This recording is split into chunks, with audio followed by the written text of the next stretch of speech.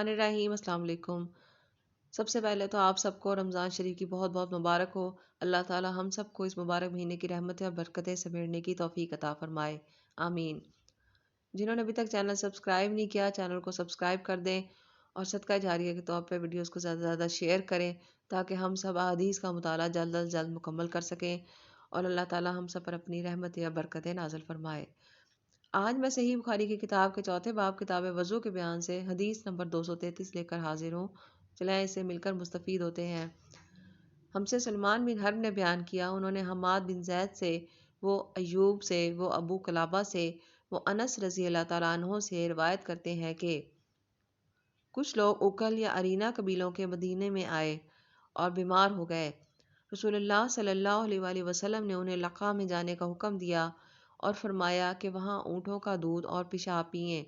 چنانچہ وہ لقا چلے گئے اور جب اچھے ہو گئے تو رسول اللہ صلی اللہ علیہ وآلہ وسلم کے چرواہے کو قتل کر کے وہ جانوروں کو ہانک کر لے گئے۔ صبح رسول اللہ صلی اللہ علیہ وآلہ وسلم کے پاس اس واقعے کی خبر آئی تو آپ نے ان کے پیچھے آدمی دوڑائے۔ دن چڑھے وہ نبی کریم صلی اللہ علیہ وآلہ وسلم کی خدمت میں پکڑ کر لائے گئے۔ آپ کے حکم کے مطابق ان کے ہاتھ پاؤں کاٹ دیے گئے اور آنکھوں میں گرم سلاخیں پھیر دی گئیں اور مدینہ کی پتھریلی زمین میں ڈال دیے گئے۔ پیاس کی شدت سے وہ پانی مانگتے تھے مگر انہیں پانی نہیں دیا جاتا تھا۔